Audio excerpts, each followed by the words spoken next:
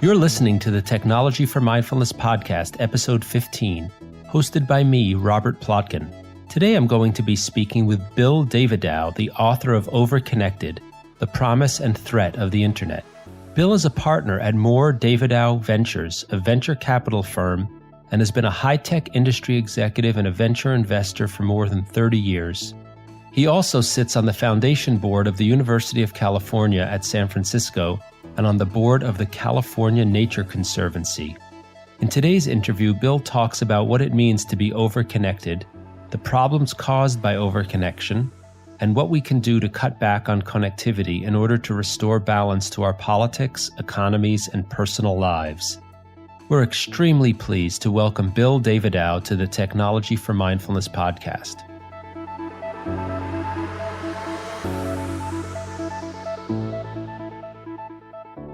Today I'll be talking with Bill Davidow about what he calls overconnectedness, and he'll provide some really practical pointers for how to reduce the number of connections in your life in order to make things a little bit more manageable for you. And I'd like to add a specific tip for cutting back on overconnectedness that you can practice even as little as once a year with some real benefits. And that is to prune your contact list.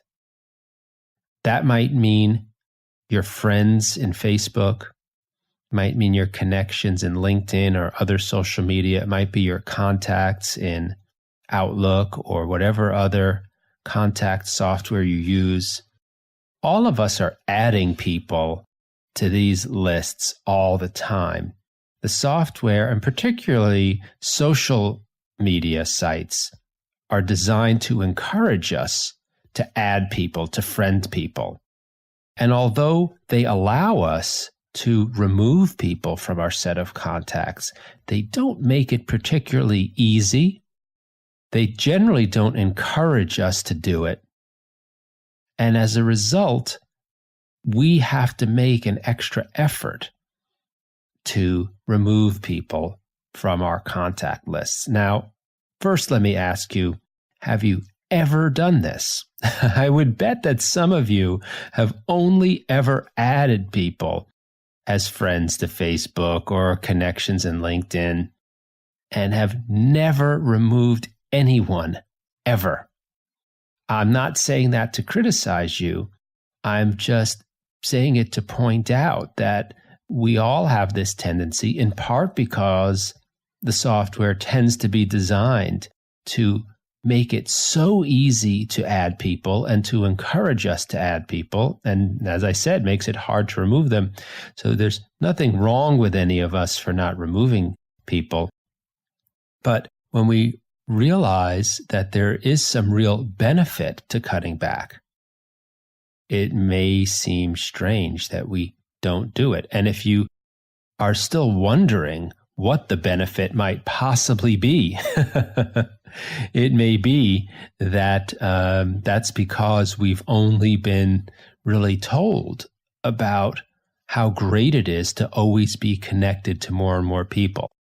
And I'm not going to say there's anything wrong with being connected to more people per se. Instead, I'm just suggesting that you take some time, as I said, it could even be once a year, to stop and be mindful. Look at, let's say, on Facebook, just as an example, who you're connected with.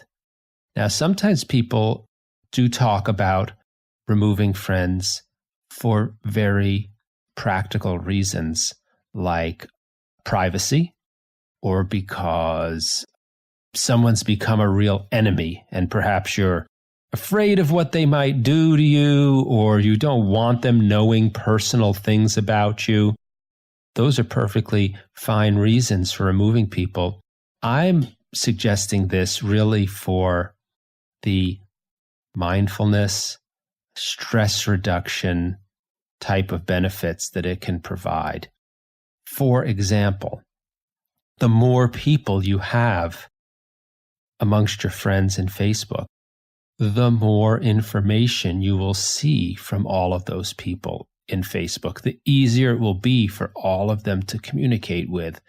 And when you look at that list, let's say you do it once a year, ask yourself, do you really need or want to be deluged with information from people who you are, say, no longer really friends with, or perhaps have any contact with? Maybe you've moved and you are no longer in touch and just are not interested in being in touch with certain people who say you used to live near, but you don't anymore. People from a previous job. Might be a good time when you move or when you move jobs to use that as an opportunity to pause and ask yourself, not for any malicious reason do I want to cut these people out of my life, just out of respect for your own time and your own attention and mind share, to ask yourself, do I want to be spending any of my precious attention every day, perhaps every hour if you're on Facebook that much, reading news updates from people who just are not at the moment part of my life? That's said in a negative way. What do I not want to have becoming into focus of my attention? There'd be a more positive way to put it, which is by removing these people from my set of friends, might that provide me with more time or energy or focus during the day to be present with the people who are currently really important to me in my life, my current friends, my family, my current coworkers? It's really not necessarily saying anything negative about the people who you're removing from the list. It's really could be saying something positive about just where you want your very precious mental, emotional energy to go when you're online. And it's unfortunate, I think, even that the word friend is used by Facebook. I think there's a reason for it from Facebook's perspective. But when you remove someone from a friends list, that might make you feel a little bit, or result in you feeling a little bit guilty or hesitant to do that because you are now making someone not your friend. If you step back from it for a minute and think all you're doing is taking someone off of a contact list, you're not actually making them not your friend in any real sense. The fact that Facebook has used that word friend, if you do pause and really look at it in a mindful way, namely for what it actually is, it's a representation of a person on Facebook. You're not doing anything to that person. You're not hurting them. You're not insulting them. No harm will come to them if you defriend them. And the same is true if you remove someone from any social network of yours or from your contact list. But I just say this because a network like Facebook, and I just use them as an example, even the terminology that it uses might influence us to have a certain feeling about taking this action, which could be to our own benefit and lead us to feel guilty and therefore not do it. And I think if you listen to the interview with Bill Davidow and hear about all of the other ways in which being overconnected can be harmful to us, you might think in a new way, or perhaps question or call into question whether simply always adding people, more and more people, to all of our sets of connections online is necessarily a good thing. And I'll just close to repeat the point once again. I'm not saying adding any particular person or people is necessarily bad. It might be great for you. It might be great for me. It might be great for you at certain times and not at others. Certain people might be good to add and not at others.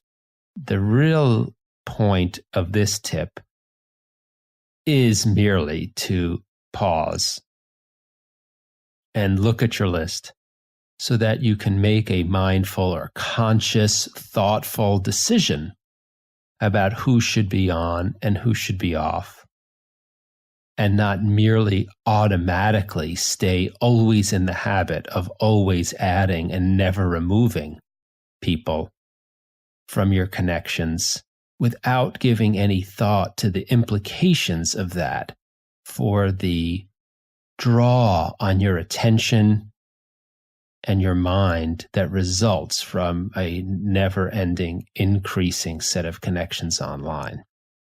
And with that, we will turn to the interview with Bill Davidow, the author of Overconnected.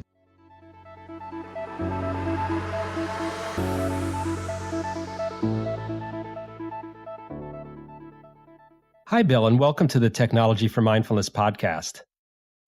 Hello, Robert.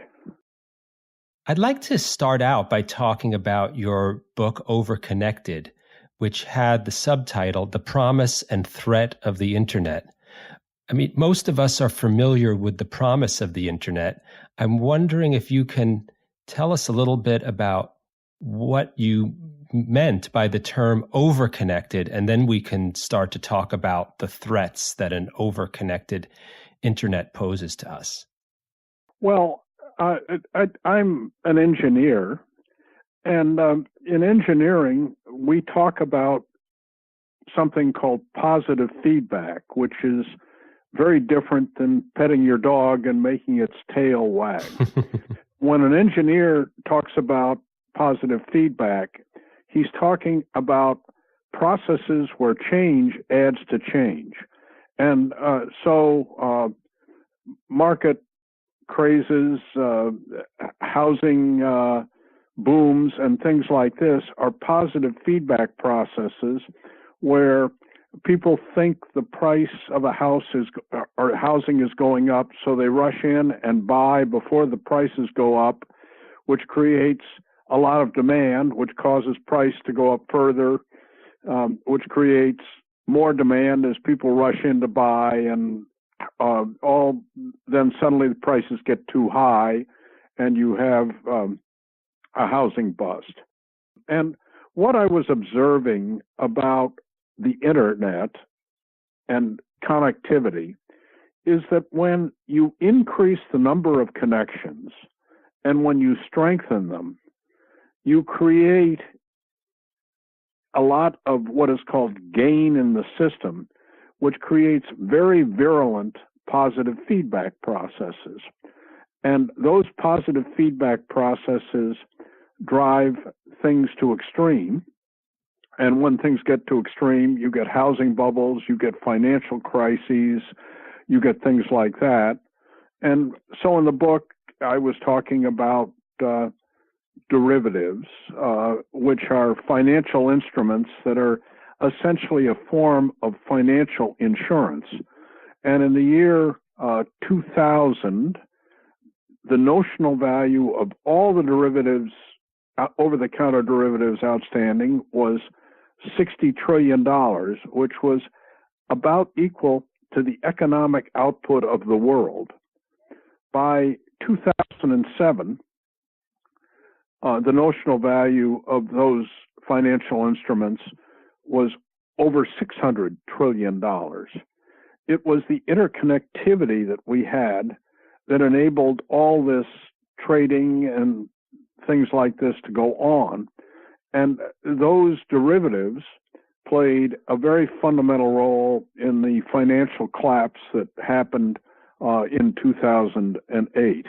So that's an example of the type of thing that can happen. Also, something else happens when you interconnect a lot of things. The opposite effect can happen, where you can drive things to an average. So it's just like if I had a number of vessels of water and I interconnected them all with pipes at the bottom, everything would reach the same level. And when that happens, everything approaches an average.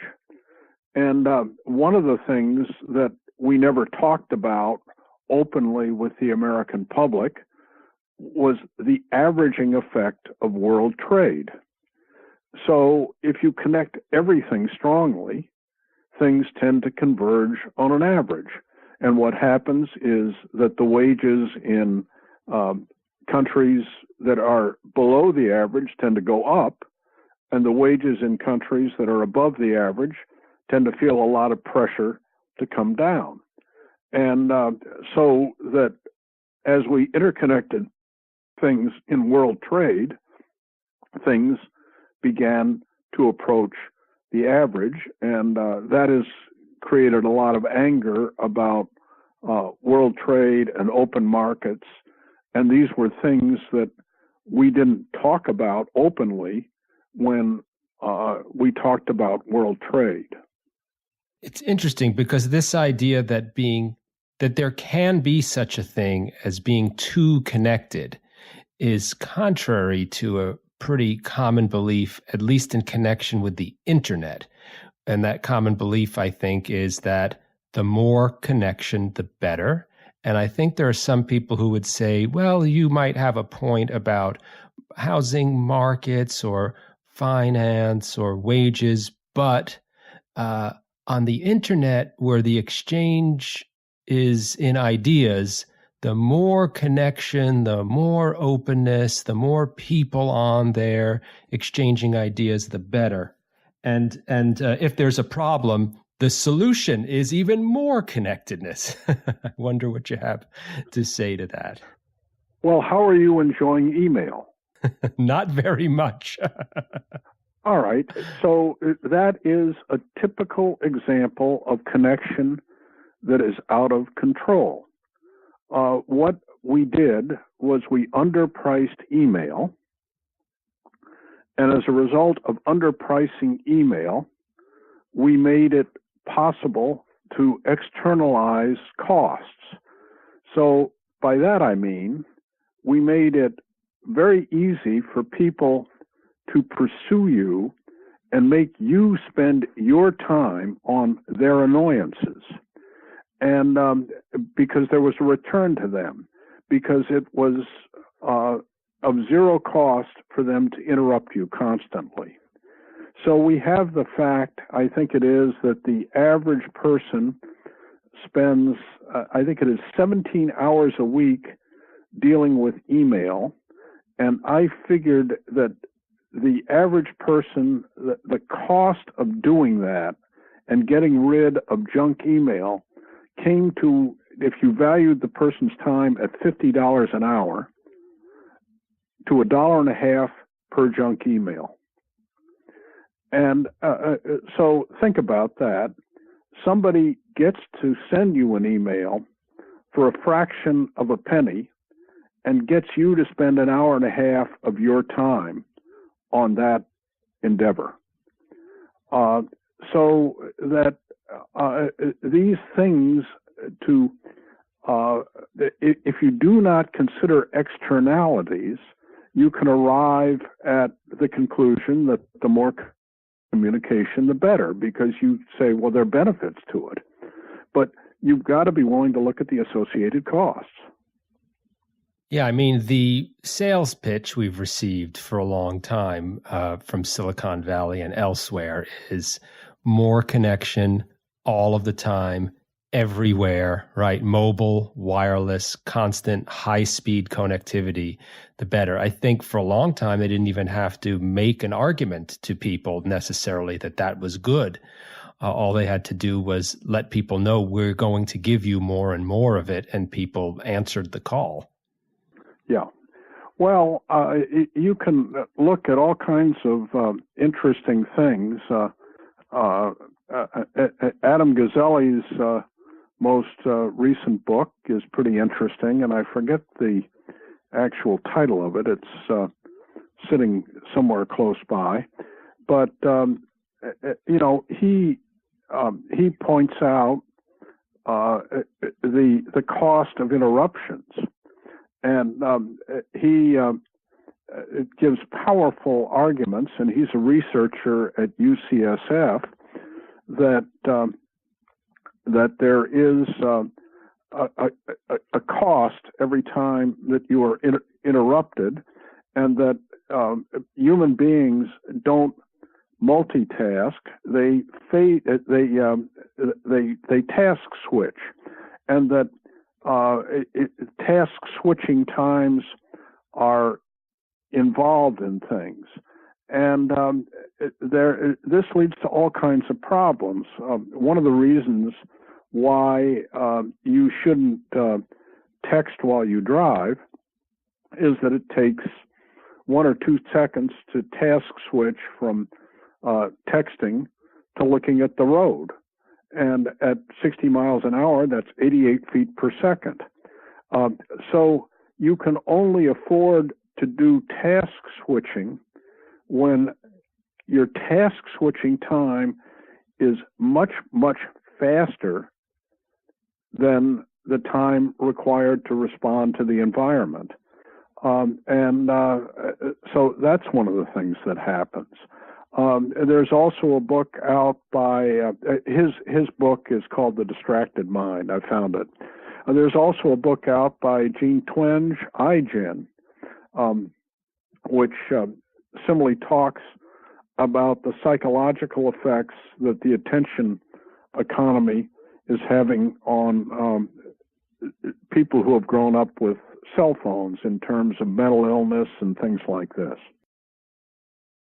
I wonder, I know in the book you give many different examples of real world phenomenon that demonstrate this harmful effect of being overconnected. The book was written in 2011, quite ahead of its time. I wonder if you have any thoughts about the phenomenon of so-called fake news. It seems to me to fit some of what you talk about, the ability of something to spread far and wide beyond what it might otherwise and have harmful effects. Do you have any thoughts about that more recent phenomenon? Well, sure. Fake news is really easy to explain. What fake news, it used to be that talking, mass communication was expensive. And if you wanted to do mass communication, you had to have a mass communication media, a newspaper, a television channel, and there was editorial control over the sources as a result of that. And so that there was control over who got to talk, and as a result, they enforced discipline on the channel. Now, you would think that letting everybody talk would be good for democracy.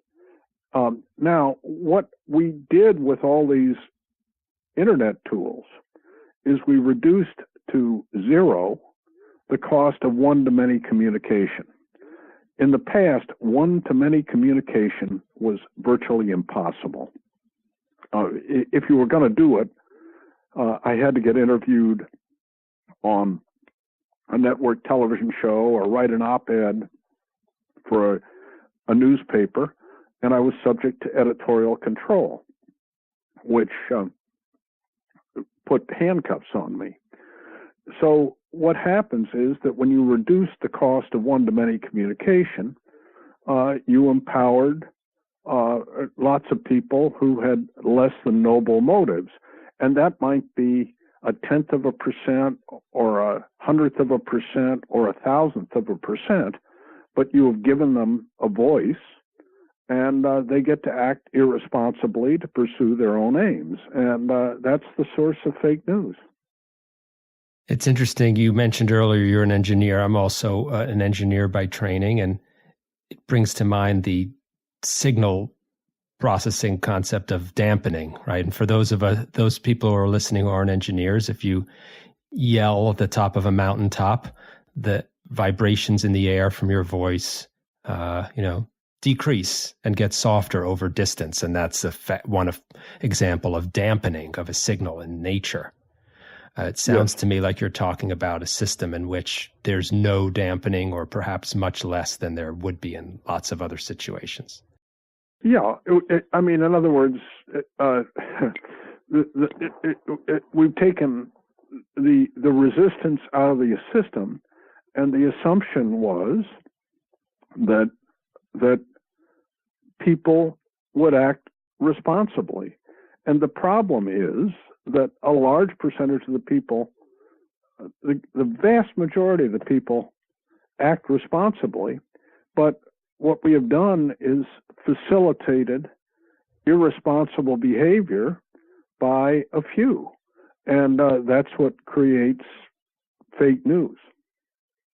Yeah, I think there was that assumption. I think in economics, people use the term friction, and I remember back in the early days of the internet, everyone was talking about eliminating friction from transactions, right? Creating zero friction. I think that's essentially been Amazon's goal all along, to make it as easy and frictionless as possible to go from your desire to buy a product to having it at your doorstep. And the assumption was friction is just bad.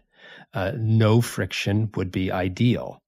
So it's a very powerful belief that a lot of people have about. Well, I think no friction is great in certain circumstances, and like anything. I mean, the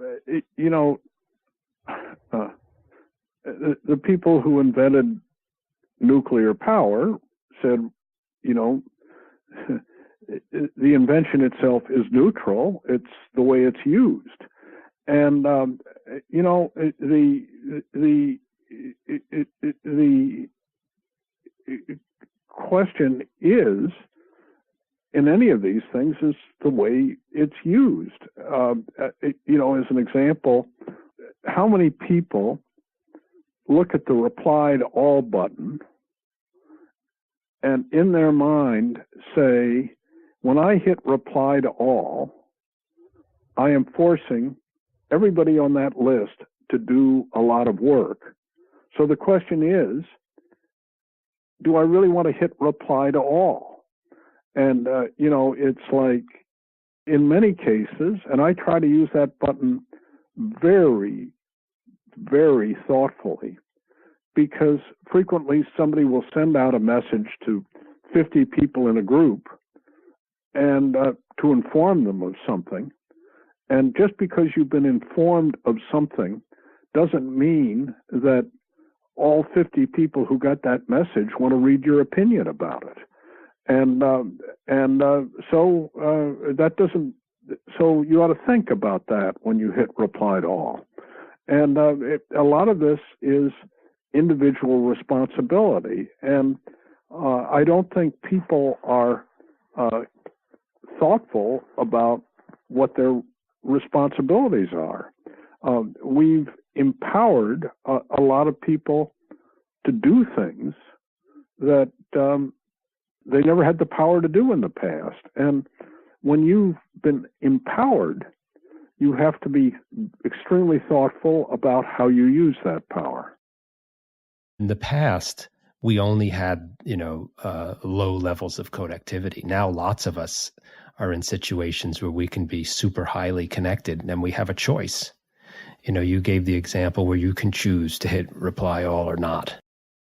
Now that we have that choice, do you have any pointers for how to distinguish between, how do we individually or collectively through government organizations, do you have any guidance or pointers on how to try to distinguish between the two now that we have both as options? Well, I mean, there are all kinds of things. You can say, as an example, you can use the power to polarize society, or you can use the power to bring us together. Democracy does not work well in a highly polarized society. So, and there are lots of things we can do to facilitate communication that will bring us together. So I was thinking about the book by Robert Putnam, Making Democracy Work, which I think was published in 1993. And what he did was he pointed out that it was a study of democracy in Italy. And what he did was he pointed out that in states where there were lots of people who worked together with common interests, like on sporting events and things like this, that cut across vertical interests, that society worked better. And so there are activities that we can use to bring us together, and there are activities that we can use that drive us apart. And if we engage in stuff on the internet where we tend to hang out with people and we classify everybody else as jerks, we're engaging in activities that drive us apart. So one of the things about that is that, let's not engage in those activities. And by that, do you mean activities in which we're connecting with other people who are already just like us? Well, if we choose to exclusively only connect with people just like us and constantly reinforce one another's beliefs, rather than saying, hey, all of us in this particular discussion group feel this way. Let's try and understand why the other people in this other area feel the way they do, and let's try and find a way to work together. That's a positive approach to things. If you get in these groups where somebody says the other guys are all bad and evil, and you write a post saying, I can't tell you that you're underestimating how evil they are. They're even more evil than you thought. You're reinforcing the polarization, and ultimately you're undermining probably our democratic institutions. Yeah, and there's been a lot of attention paid recently to how much more this is reinforced by algorithms. It's not just people making individual choices. It's Facebook and elsewhere analyzing what we're interested in and then making suggestions to us to look at things that are consistent with what we already believe. Yeah, well, all right. So that's a perfect example of something that Facebook and Twitter and things like this could decide not to do. In the past, we used to have to go out and search for things. And it's the process of searching exposed us to alternative thought. Now, one person would say, I don't want to look at anything other than what I believe in already. And so I want all of the things that Facebook does to only expose me to things I already know. And so that's a great efficiency. Another person could look at it and say, hey, Facebook, stop this. Make us do some work, because the searching process itself is healthy for society. Mm-hmm. And then we might need the search engines also to change how they work, because they tend to look at what our previous behavior is, what our preferences are, and to a certain extent filter or prioritize results, based on who they believe us to be. That's correct. It reminds me of the old days of the newspaper. And even if you had a newspaper that people believed is biased, people think the New York Times has a liberal bias, but whether you believe that or not, you'd pick it up, and just by glancing at the front page, you would see a collection of headlines on international and local, national news that would expose you to topics and perhaps ideas that you wouldn't seek out on your own.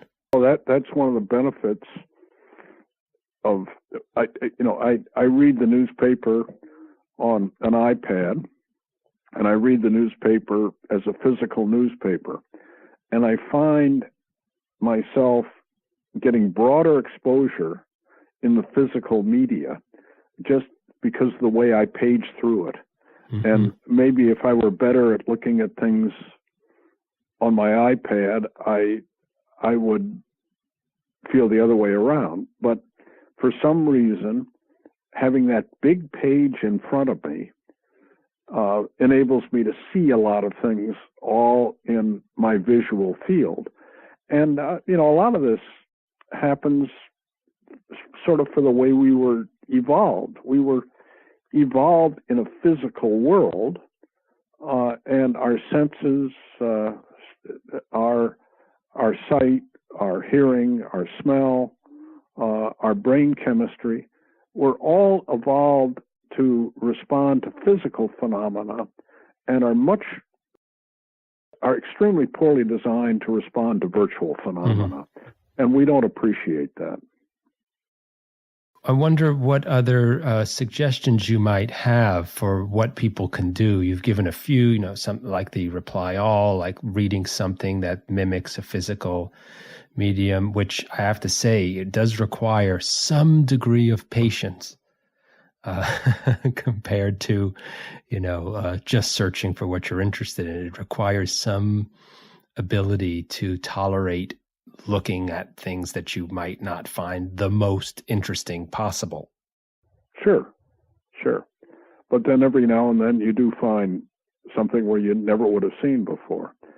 So, I have my own habits. I believe very strongly in what Gazzelli says.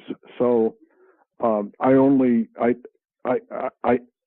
turn off all the alerts on my systems. I tend to say I will only look at email a few times a day, because I want to intensely focus. I am aware of the fact that the physical environment in which I live has no purpose. The virtual environment has been designed predominantly with a commercial purpose. So you've got to view that as a manipulative environment and approach things with caution in that environment. So I tend to be very conscious that when I go into the virtual environment, that people are trying to distract me, dominate my attention, get me to go where they want me to go, rather than where I might want to spend my time, things like that. Mm-hmm. So you're really suggesting adopting a certain attitude. It almost sounds to me like defensive driving in a way, preparing yourself for what you're getting into before you go online so that you could be more likely to protect yourself and do what you want to do. Well, I'll give you an example. I have a perfect environment. Where I live, my cell phone does not work well. And I love it. Because that means that I tell people, please do not call me on my cell phone because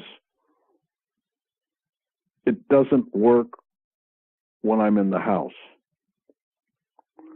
Now, that has freed me from a tremendous amount of interruption. And, my wife and my kids and people who are critically important to me know that when I'm out of the house, my cell phone will be on. It has also meant that I don't have to constantly respond to instant messaging. And I realize that these modes of communication are more and more important. But one of the ways I gained a tremendous amount of personal time was by restricting the number of channels that had access to me. So I tried not to have multiple phone numbers and things like this. And so the question is, and I think today I try and work very hard to control my environment, whereas there are other people who are happy living in an interrupt-driven environment. And I believe that if that makes them happy, they should live that way. I believe that we are extremely maladapted to living in an interrupt-driven environment. And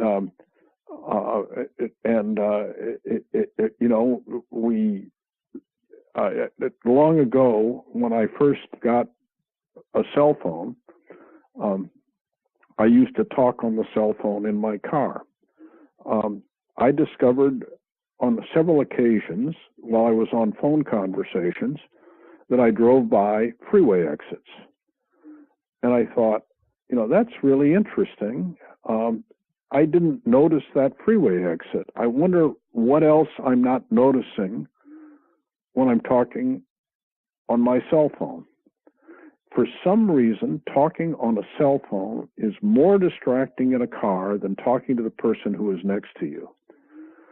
I am very, very conscious of this, and I don't talk on a cell phone in a car anymore because I'm in a car, I'm going 60 miles an hour. Actually, I'm going faster than that most of the time, and it's extremely dangerous. And the chances that I'm going to be involved in an accident are extremely small, but the consequences of making a mistake are extremely large. And so the question is, how do you want to live your life? And there are things I do where I take, and for years have taken excessive risks, and I do it consciously. And there are other times when I say it's just not worth doing. It seems like you're talking about specific ways in your own life in which you've addressed the problem of overconnectedness by consciously imposing limitations on being connected.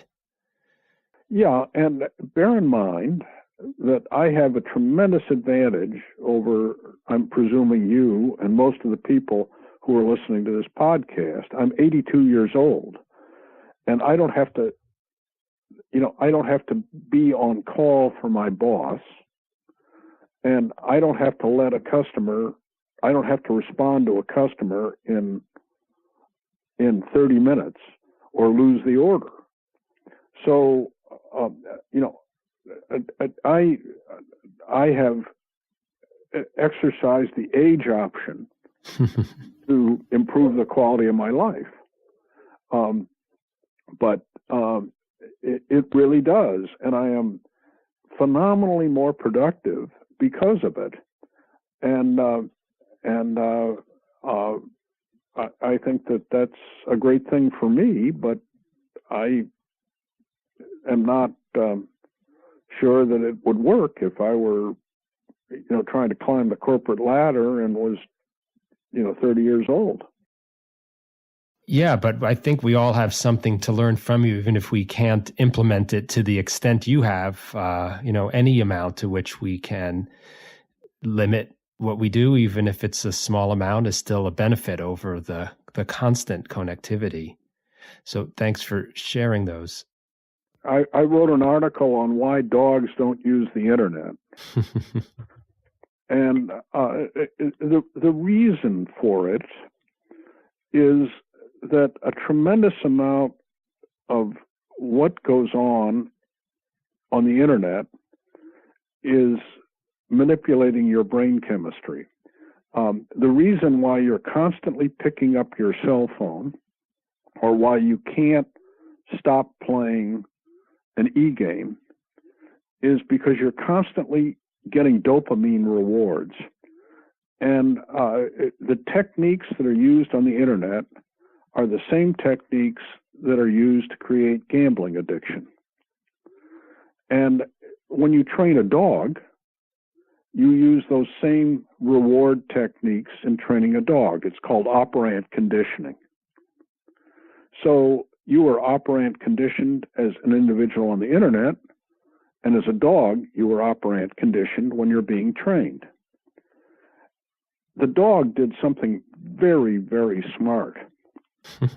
It looks you in the eye, and it is willing to swap training because it creates trust, which is something else that goes on in your brain and your brain chemistry and the releases of oxytocin, which creates trust between you and the dog. The equivalent moderating influence on the internet is not trust, it's the free market. A dog is too smart to make that deal, but people do it all the time. Can you explain what you mean by that? Follow that lead down the path. Well, all right. These internet companies are taking my brain chemistry and leveraging it for commercial ends.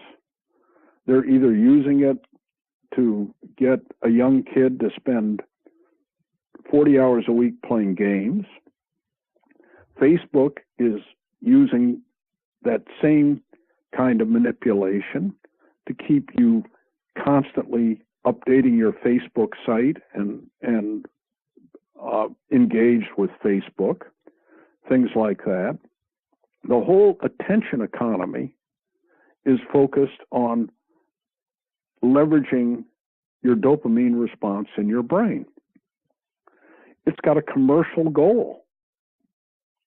You know, the goal is to have you spend all the time looking at these things so somebody can keep advertising to you or get you to buy an upgrade to your game or things like that.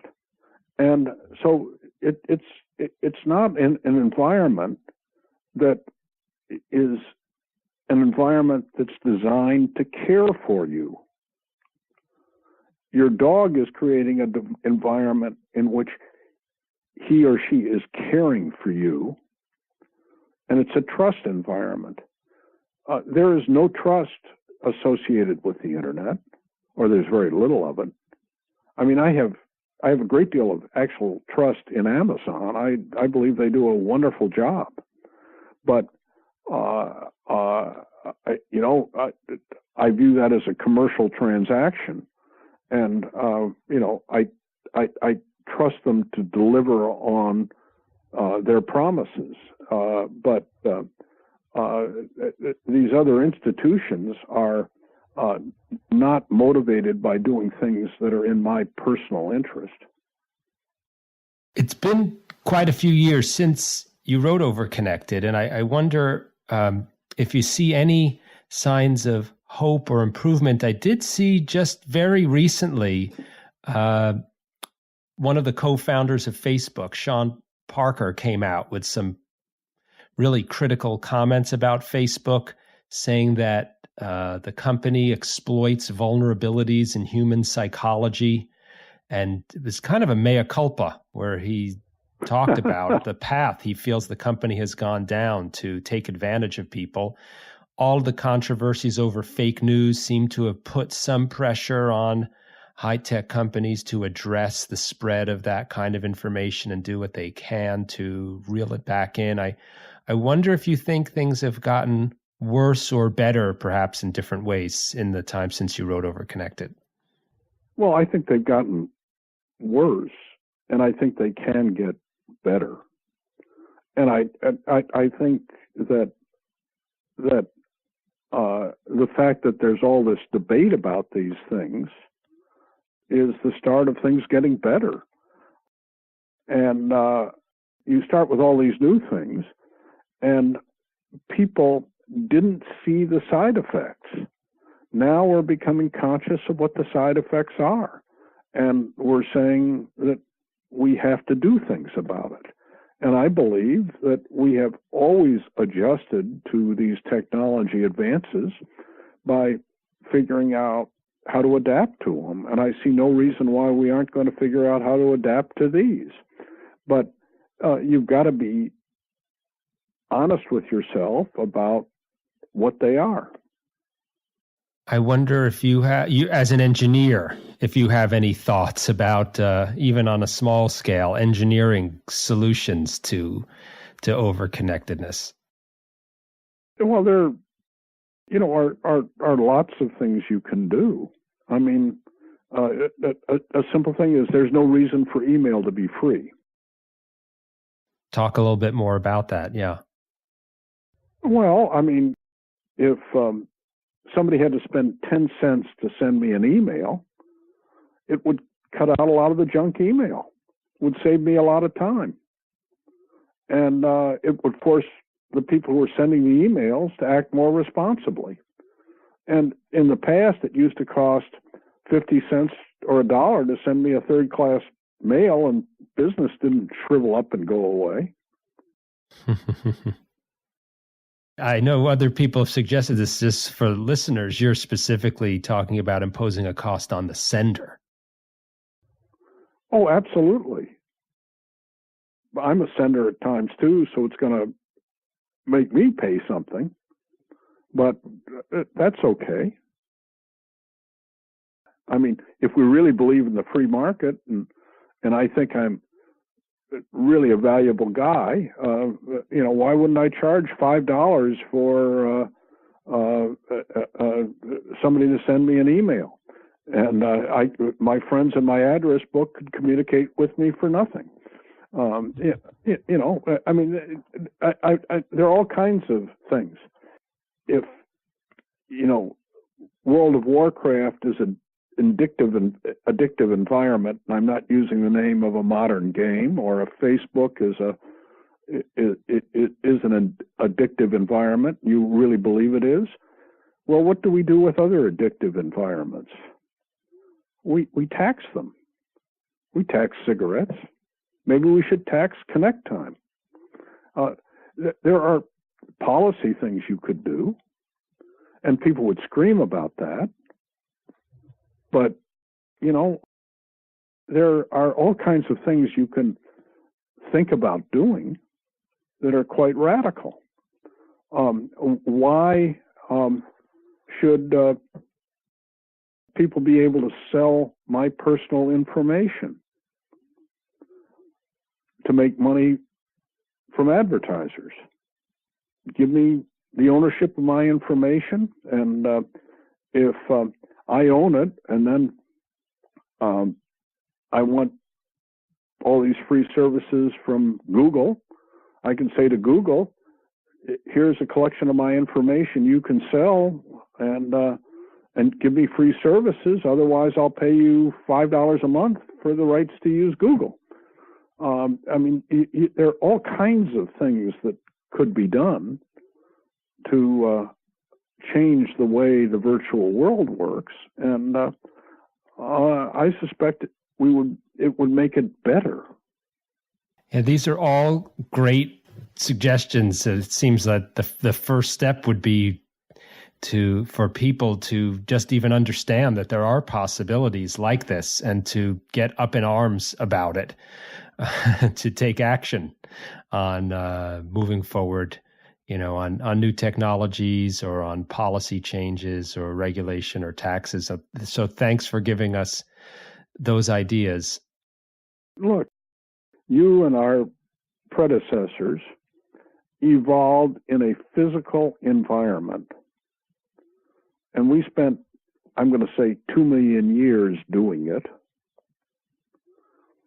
And our vision, our sense of smell, our sense of taste, hearing, our brain chemistry,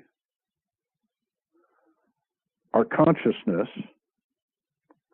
was all designed in that physical environment. And it was designed to help us survive in the physical environment. So when we put ourselves into the virtual environment, we are using our bodies and brains and minds to do things that they weren't designed to do. And I'll give you a couple of simple examples. You have eyes in the back of your head. They are called ears. If you want to be safe in a physical environment, you do not listen to music on your iPhone in a physical environment. When I used to helicopter ski, you were not allowed to use those devices because you wanted to hear an avalanche behind you, or the yell of somebody if they fell into a tree well. And yet I see bikers and walkers and people like this, they've put blinders on the ears and the eyes in the back of their head. Another wonderful thing is our eyes. If we were designed to be gazing at our cell phones and walking around or driving, we would have two sets of eyes. Now, I thought about that, and there is a fish that lives in the Amazon that has two sets of eyes. So evolution will do that for you. And he has one set of eyes that are used, he swims close to the surface, for looking at predators above the surface, and another set of eyes for looking at prey underneath the water. So if we were really evolved to live in a virtual environment where we wanted to drive and text, we'd have two sets of eyes. And I suspect that if we live another few 100 million years, we'll see that. But not today. Not today. Well, thanks so much, Bill, for sharing all of your knowledge and insight and suggestions for how to deal with an overconnected world and to pull back on it a little bit to be more focused and productive in the face of all of that. Well, thanks so much for spending the time with me.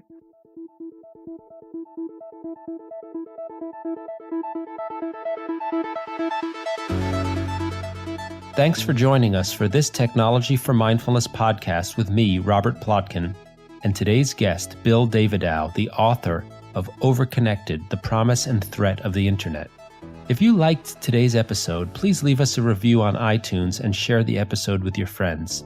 Those and all other links are in the show notes. And check out our blog at technologyformindfulness.com for information and tips about science, technology, and mindfulness. I'm Robert Plotkin, and I'll join you next time on the Technology for Mindfulness podcast with Liza Kindred, a meditation teacher, speaker, and author, and the founder of Mindful Technology.